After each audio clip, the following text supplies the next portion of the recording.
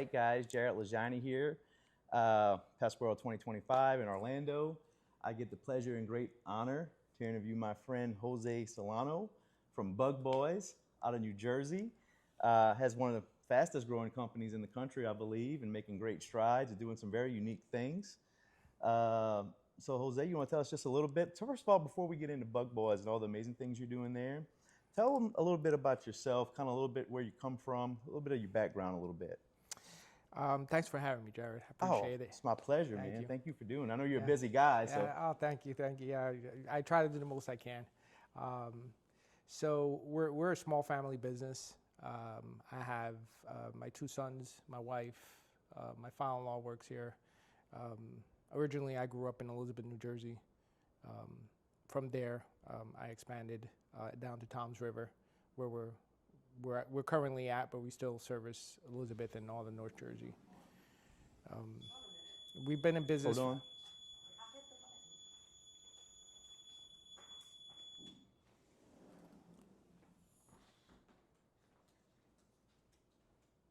Sorry. Continue like it didn't happen. That's okay. All right. So, been in business for about 20 years. The last couple of years, I've taken on the mantle of growing my business and working on my business, not in my business. Yeah, that's a thing that we hear often, right? And I definitely want to touch on that with you and that mindset shift.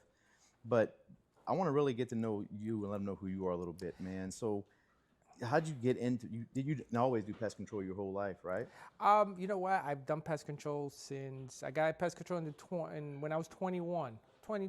So most of your life? Most of my life, I've been a licensed PCO since 1996. Okay. Yeah. Wow. And we got into wildlife, deep into wildlife, maybe about 10 years ago. And, okay. Before we were just kind of your random pest control guy dropping the trap and taking off. But then we started really diving deep into the wildlife service and added that on. Okay. What made you decide to go into wildlife? Because wildlife is a very difficult, I think more difficult than pest or termite. Like it's a whole nother business in itself. Was it something you did just to like carry revenue through the winter? Is it something you had a passion for, or was it just something that the market you felt demanded of your business? It was all of the above. It was the need for my customers, and of course, to serve my customers and saying, hey, we don't want an exterior force coming in onto our commercial Did you feel account. like you were losing other accounts to people that did provide both services? Yeah, it did happen. Did you find that was happening a lot? It happened initially with a few accounts, and I took action really quick. Okay. And then I just started integrating. Do you think it's one of those things, because I've done this, where you lost a few accounts, but in your mind and your body, it felt like it was a big deal? Like you would maybe, like you lost 2 accounts to somebody doing that, but in your mind, it felt like 100 It was a big deal, yes. Our business, my business is my life. So, if I lost an account that I had for 3 or 4 years to XYZ, then I would say, hey, I got to fix this. I got to jump in. Wow. And I guess even getting one cancel feels that same way still, right? It's like visceral, like getting a cancel from a customer. Does it still upset you? Not upset you, but you still, like it feels personal? Yeah, it feels personal. It puts a thought into me, like, okay, how did this happen? Let's figure out how did this happen. This customer has been with us for 5 years, 3 years, 10 years, whatever it may be. What do we need to do to correct this or keep this from happening? Right. Wow, man. So do you find that adding wildlife to your existing pest control business, has it allowed you to sell a lot more pest control? Absolutely. Oh, wow. Yeah, every pest control service we do, or should I say every wildlife service we do, we always incorporate pest control. We try to upsell. So I know some companies right now, they'll do a warranty on the wildlife work. Mm-hmm. And the only way they'll extend a warranty is if the customer does pest control with them.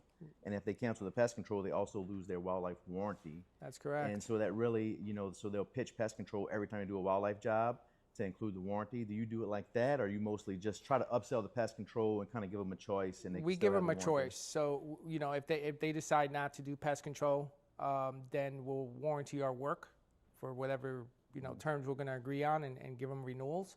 Or, they could take a reoccurring revenue way and go into pest control, and then we can warranty the work as well in Okay. there and include it all into a subscription fee. I love it. What do you think about the companies that do it the other way, that will only give a warranty with the customer that signs up for pest control? If they don't sign up for pest control, they don't get a warranty on their wildlife work.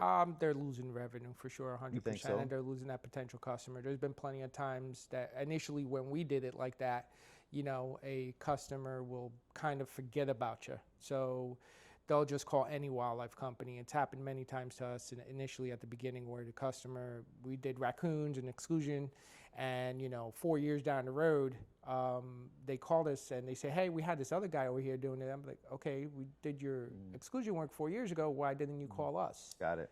So the connection was not there. Got it. Do you give any kind of discount on the pest control if they do wildlife with you?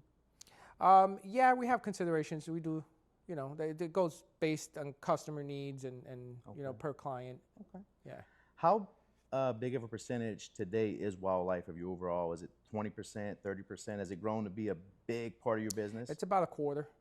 Oh wow! Yeah, So it's going to be pretty big part of your business. Yeah, it's growing and getting bigger, and you know, we've become really exclusion experts, and that's Exclusion really experts. that's where we've focused more. I've probably trapped less animals this year than I've done in any other year. I've done more exclusions, and that's. Which part of your business do you personally prioritize more? Like, or what part of your business is most of your effort and your energy on? Do you feel it takes more energy and effort to kind of oversee your wildlife department, or is most of your focus and energy and priority on your pest control department? I like to split it evenly. I'm a high energy individual, so you know, I'm putting my time into everything. You know, I'm still putting out 10, 12, 15 hours a day, and I you know, it's my passion. So I'm making sure that everything is being treated as it needs. Got it. Got it. All right, man. So I know you're a recent member of Eagles Nest Mastermind. I got to spend some time with you in New Orleans, and you kind of spoke earlier, and I feel like this is a trending thing I keep hearing, and it's a big thing going on in pest control. At least I hear it in all the groups. And you said it earlier. You said working on my business and not in my business. So there's a lot of solo entrepreneurs out there that I think they're perfectly happy being a solo entrepreneur. They never want to break through, and they enjoy the day-to-day working in their business, and that's what they want. And we love those people, right? God bless them. But then there are other people that, you know, for various reasons, you know, if they, the risk of getting hurt as a solo operator is always a big risk, and so people go to expand. And you know, I think it is very difficult because you go from being that solo operator, doing everything, doing the sales, running the services, and answering every phone call. You do kind of get stuck in that rhythm. So That's correct. for you, tell me, how'd you go from being that guy working in the field to working on your business, and how your business benefited from that mindset shift? Okay, so it benefited in growth. You know, it allowed me to think more clearly, make decisions that I needed to make to grow the company, track more metrics in the company, you know, pay attention basically to everything that was going around. You know, you're out in the field, you're on ladders, you're answering phones, you know, you only have so much time in the day to do so much. You cannot do it all. Comes a time that, you know, when that call volume starts coming in, you're going to miss calls. Customers are going to get, you know, another vendor to come in, you know, another company come in, do the service. And, you know, if you don't really take the corrective measures to say, hey, listen, I need to start working on my business and grow it because I am growing, you're just going to stay stuck in the same gear. You're not going to shift into another one, and it's going to be a high gear at all times. Got it. It's going to stress you out. Was it super difficult for you to pull yourself out the field and make that mind? Like, was it a difficult thing for you? It was. Was it something that you had to do, or you just realized that you wanted to do? No, it was something that I had to do. So it was. I was stuck in that gear for a very long time.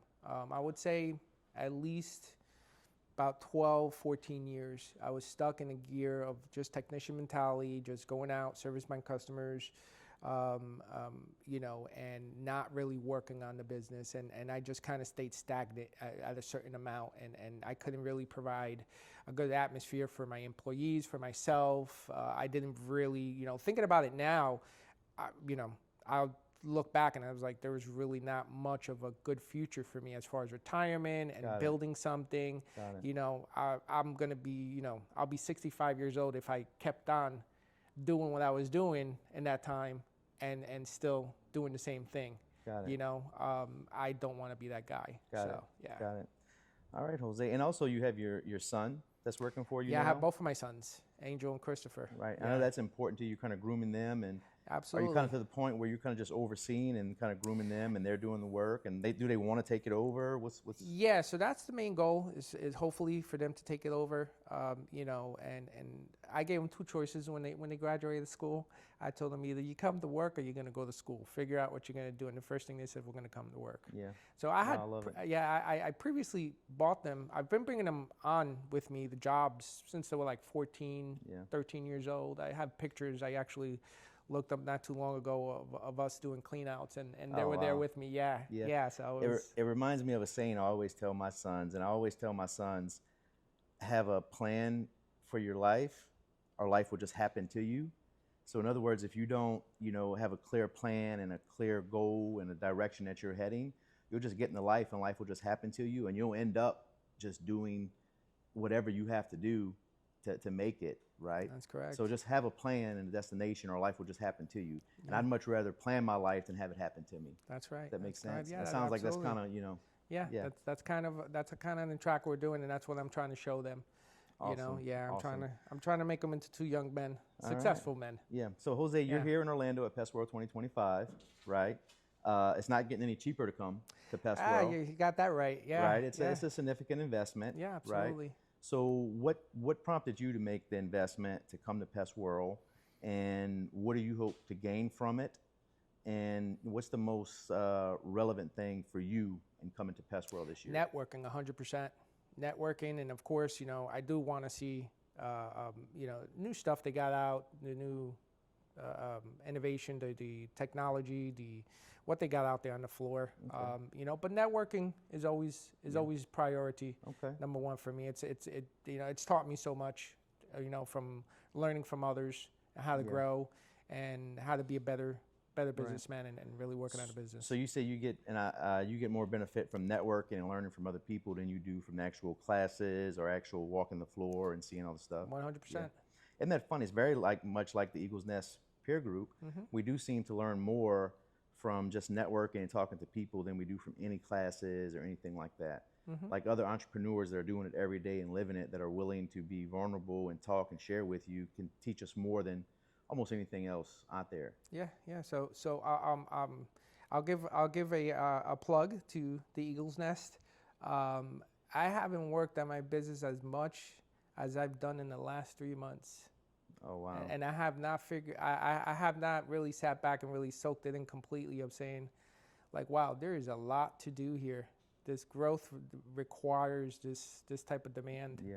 You know, so the Eagles Nest really gave me clarity and really Awesome. really put me in that direction. Awesome. I had a freight train going just, you know, Yeah. 100 miles an hour with no tracks, and Eagles Nest said, here, Yeah. this is where you belong. Yeah. What's the old saying? Your business can never outgrow you.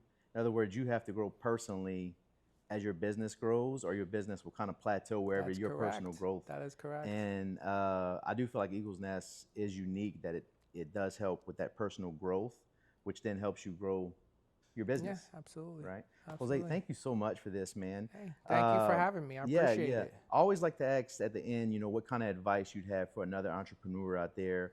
It's that young guy, maybe he is that one-man operator, or maybe he has a few guys. Let's say he's working in his business every day. He's in that grind, and he's doing everything, and he's stressed, and he's putting in them 12, 13-hour days.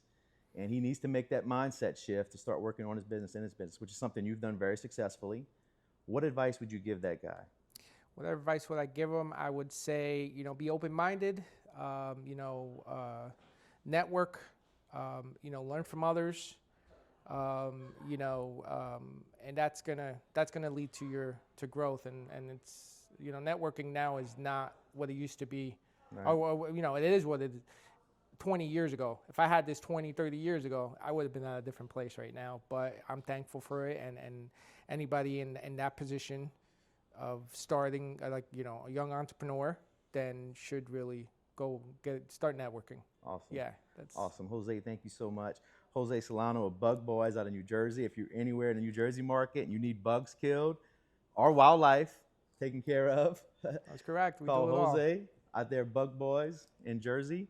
Again, I'm Jared here with Main Street Mogul. We appreciate you guys. If you got any value out of this content, guys, at all, please like, subscribe. As always, God bless. Y'all go out there and kill it, guys. Y'all have a blessed week. Thanks, Jared. Of course.